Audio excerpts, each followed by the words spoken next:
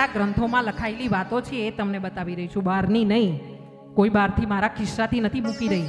હા, અને આપણા ગ્રંથોમાં જે લખ્યું છે ને એ સત્ય છે, સત્ય છે, સત્ય છે. આ ભગવાન બધાની સાક્ષી કહી રહી છું. ખાલી એકવાર વિશ્વાસ કરવાની જરૂર છે તમારા હૃદયથી. હા, જઈને આજ પછી રોજ નહીં ને તો રવિવારે એક નિયમ રાખવાનો. હું બધે જ કહું છું, તમને પણ કહીશ.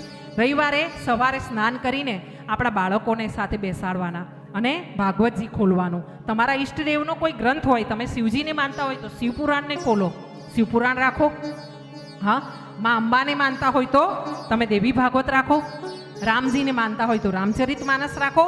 અને એ ગ્રંથને રાખીને પછી રવિવારે તમારે સ્નાન ધ્યાન કરીને એક પધરાવવાના, ભગવાનને પોથીને પધરાવવાની અને પછી એમના દર્શન કરીને એમાંથી એક શ્લોક, એક પાનું, એક અધ્યાય, તમને જેટલું યોગ્ય લાગે તમારી શક્તિ યથા ભક્તિ.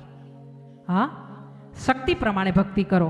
મને એટલી ખબર છે કે આપણામાં એટલી શક્તિ છે કે આપણે એક અધ્યાય તો વાંચી શકીએ, પણ ન વંચાય તો કંઈ વાંધો નહીં, થોડું ઘણું તમારા બાળકોની સાથે બેસીને આનું શ્રવણ કરો, પઠન કરો અને સમજવાની કોશિશ કરો. આટલું કરતા રહેશો ને, જિંદગીમાં ક્યાંય તમને જીવનમાં તકલીફ નહીં આવે, મારી ગેરંટી છે અહીંથી.